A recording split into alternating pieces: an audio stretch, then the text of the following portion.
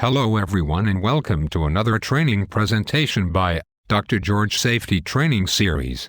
I am Dr. George, your safety trainer. Today's training presentation is about fire safety.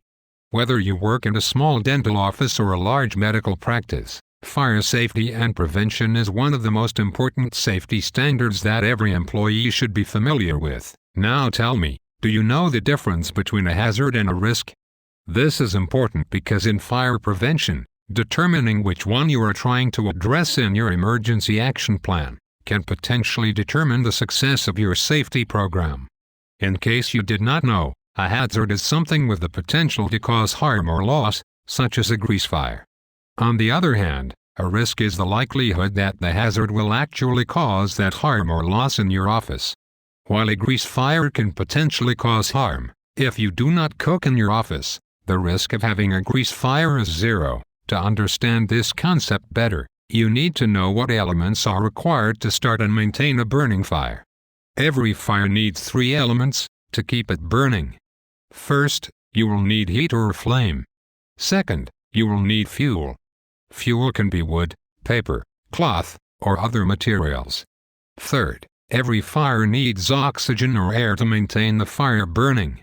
This is known as the fire triangle, and you should know that if you take away any one of these elements away from the fire will be put out, or extinguished. In order for a fire to start, it needs a source of ignition.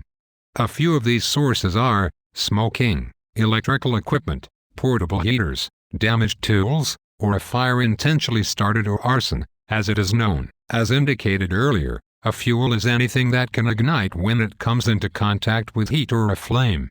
Besides paper and wood, any plastic, solvent, furniture, carpet, or waste materials are also types of fuels. Since we have already said that every fire needs 3 elements to start and continue burning, it should be obvious that in order to extinguish a fire, the fire triangle needs to be broken.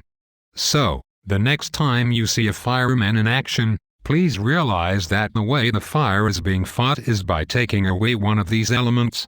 Remember that water is used to remove heat from the fire. A foam extinguisher removes the oxygen element from the fire. And finally, sometimes the fuel is removed by the firemen using axes and other equipment. Please, take a look at the chart on the screen. It is important for you to remember the different classes of fires that you may potentially encounter. Since each class of fire requires a different type of material or action to extinguish, knowing the different classes of fire and fire extinguishers is vital to every fire prevention program. While we hope that you never have to use these measures when confronting a fire, it is important for you to remember the following acronym, and use it if necessary. Remember the word RAISE. The R stands for rescue, the A stands for alarm, the C stands for confine, and the E stands for extinguish or evacuate. In addition, you must always remember not to block any fire exit, fire alarm box, or extinguisher. Maintain a no smoking policy. If you do any cooking, make sure the fire is supervised. Always maintain good security. And never wedge a door open. If you encounter a fire, please remember to leave the building immediately. Always use the nearest exit door. Walk quickly, but don't run. When exiting a room, close the door behind you. Don't delay your exit to collect your personal items. Leave them behind. Make sure you go to the fire assembly point and report to the fire warden or supervisor. And never return to the office until instructed to do so, whether it is your task or not. There are certain situations when you should never attempt to fight a fire. Do not fight a fire if the fire is bigger than a waste paper basket. If you only have one fire extinguisher, leave it alone. If the smoke is affecting your breathing, get out immediately. If you cannot see your way out due to smoke, it is time to leave. If the fire involves gas or chemicals, leave it to professionals. And finally, if your efforts is not helping, leave it alone, and get out quickly. If you do decide to use a fire extinguisher, make sure that you have backup fire extinguishers available. Never attempt to put out an overhead fire. You should not have to travel more than 75 feet to find a fire extinguisher. Make sure your exit way is clear for you to evacuate. Once used, Make sure the fire extinguisher is serviced. When using a fire extinguisher, remember the following acronym. Remember the word PASS. The P stands for pull the pin. The A stands for aim at the base of the fire. The S stands for squeeze the handle.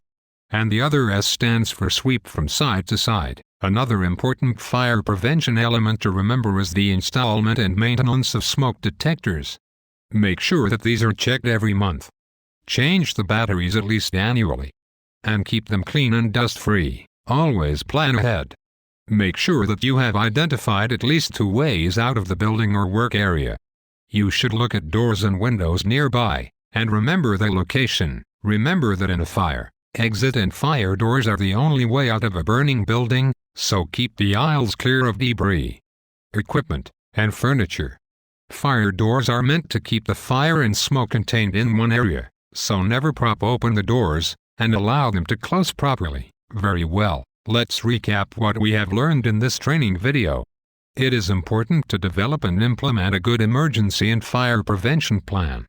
Every employee should be familiar with the evacuation plan and what procedures to take in case of a fire. Finally, fires kill people, so always be prepared to act if you are confronted with this type of emergency situation. Well, you have definitely been a great audience.